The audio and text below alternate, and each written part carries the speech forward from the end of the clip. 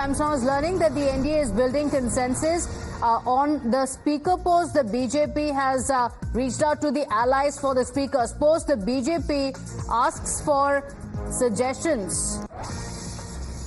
My colleague Amit Kumar joins us on the broadcast with that scoop. Amit, a lot of opposition leaders had been taking a dig saying there could be no consensus within the NDA bloc, but clearly that does not seem to be the case. What's the latest?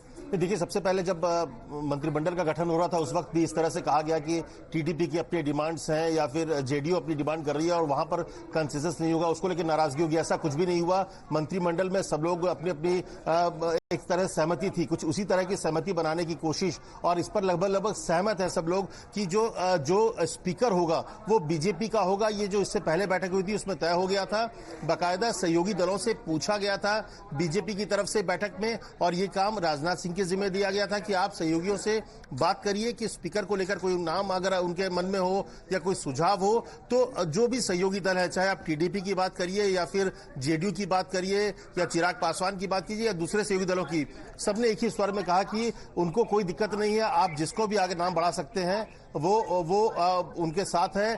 BJP जिसको भी बढ़ाएंगे उसको वो करेंगे। तो एक तरह से साफ तौर पे बीजेपी का नाम जो भी बढ़ाएंगे या बीजेपी की तरफ से जिसका भी नाम होगा, एनडीए के भीतर से हर कोई उनके मदद करेगा। इस बात पर लगभग सहमति बन गई है और आज थोड़ी देर में बैठक होने वाली है जिसमें एनडीए के तमाम लोग वहां पर मौजूद होंगे और जो स्पीकर है, डिप्टी स्पीकर है, इसके अलावा जो पार्लियामेंट सेशन है 24 तारीख को, उसको लेकर रणनीति पर भी चर्चा होगी।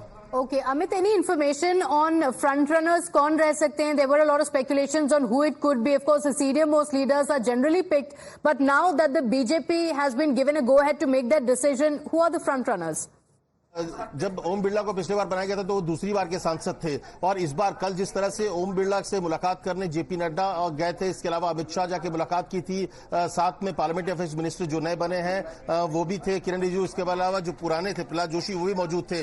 उनको लेकर भी स्पेकुलेशन किया जा रहा है कि जिस तरह से सरकार कंटिन्यूटी चल रही है तो हो सकता है कि उनको रिपीट किया सकता है। इसके अलावा नाम तक की बात करें तो प्रोटेम स्पीकर को लेकर सीनियर की बात हो रही है कि जो सीनियर 7 या 8 बार के हो, लेकिन स्पीकर कौन होगा इसके बारे में 2-3 नाम है। चर्चा ये भी है कि कोई महिला को भी इस बार बनाया सकता है या साउथ दक्षिण भारत से भी किसी का नाम आ सकता है, लेकिन नाम के बारे में सबसे फ्रंट रनर के तौर पर फिलहाल तो ओम बिरला एक बार फिर से